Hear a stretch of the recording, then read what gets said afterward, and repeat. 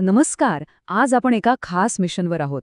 महाराष्ट्र राज्य परीक्षा परिषदेची जी 7वीची इंग्रजी परीक्षा आहे ना, तिचा अभ्यासक्रम एकदम सोप्या भाषेत समजून घेऊया.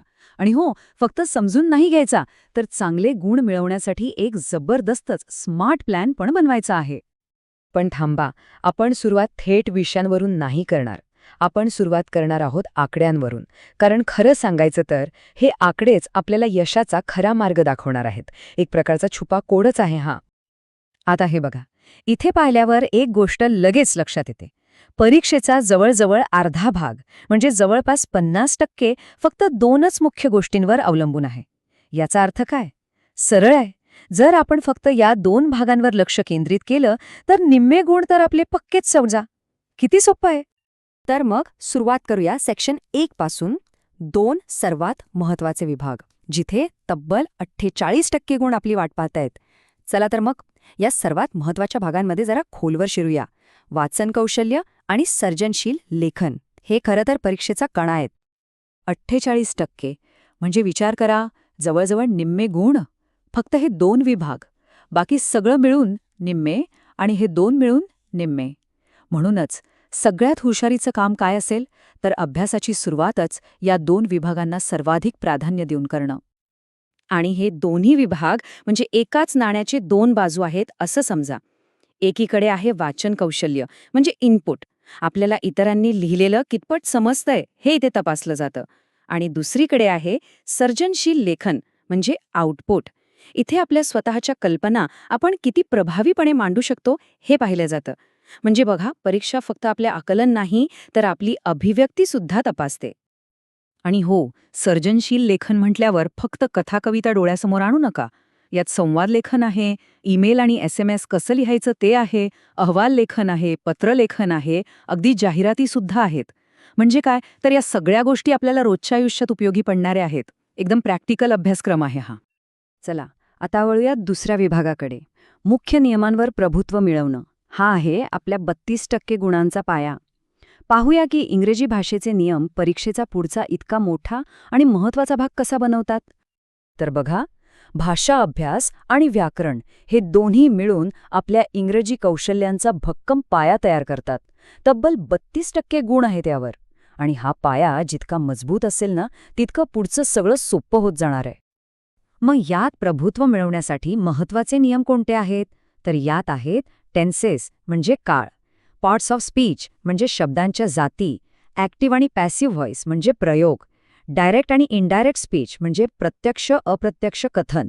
वाक्यांचे प्रकार आहेत सिंपल, कंपाऊंड, कॉम्प्लेक्स. आणि हो, फिगर्स ऑफ स्पीच म्हणजे अलंकार. या मुख्य संकल्पनांवर जर लक्ष दिलं तर भाषेवरची पकड एकदम घट्ट होईल आणि गुण मिळवणं अगदी सोपं होऊन जाईल. आता येतो आपला तिसरा विभाग, शब्दसंग्रह वाढवणे. हा आपल्याला देणार आहे 12% गुणांची भर. चांगला शब्दसंग्रह तर महत्वाचा आहेच, पण या विभागात आपलं शब्दांचं ज्ञान नेमकं कसं तपासलं जातं ते बघूया. प्रसिद्ध लेखक मार्क ट्वेन काय म्हणतात बघा, योग्य शब्द आणि जवळपास योग्य शब्द यांच्यातला फरक म्हणजे वीज आणि काजवा यांच्यातला फरक आहे. किती जबरदस्त वाक्य आहे. आणि हाच फरक ओळखण्याचं कौशल्य आपल्याला या विभागातून शिकायचं आहे. मग शब्द वाढवायचे कसे? तर इथे आपल्याला शिकवलं जातं की शब्द तयार कसे होतात.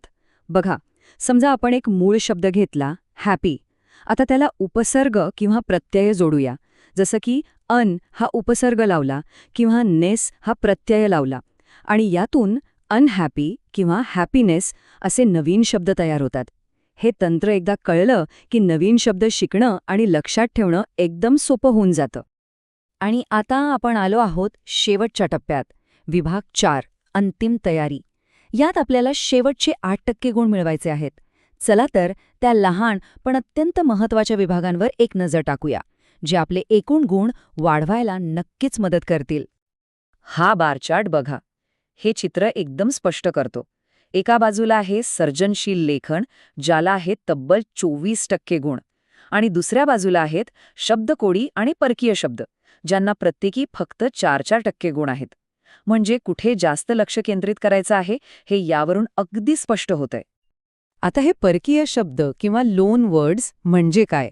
तर सोप्या भाषेत हे असे शब्द आहेत जे दुसऱ्या भाषेतून इंग्रजीमध्ये आले आहेत आणि आता ते इंग्रजीचाच भाग वाटतात. अभ्यासक्रमात तर खास करून इंग्रजीमध्ये वापरल्या जाणाऱ्या भारतीय शब्दांचा उल्लेख आहे. म्हणजे गुरु, जंगल, पंडित असे शब्द ओळखता आले पाहिजेत. सोपं आहे की नाही? तर मग आपली रणनीती, आपली स्ट्रॅटेजी अगदी स्पष्ट आहे.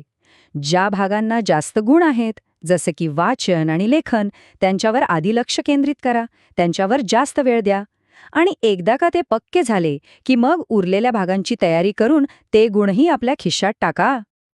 तर आता परीक्षेचा हा जो काही छुपा कोड होता तो आपण उलगडला आहे. आता हा कोड कसा वापरायचा आणि परीक्षा कशी क्रॅक करायची हे ठरवायचं आहे. हा आराखडा समोर असल्यामुळे यशाचा मार्ग आता नक्कीच सोपा आणि स्पष्ट झाला आहे. या माहितीचा योग्य वापर केला तर उत्तम गुण मिळण्यापासून कोणीही रोखू शकत नाही.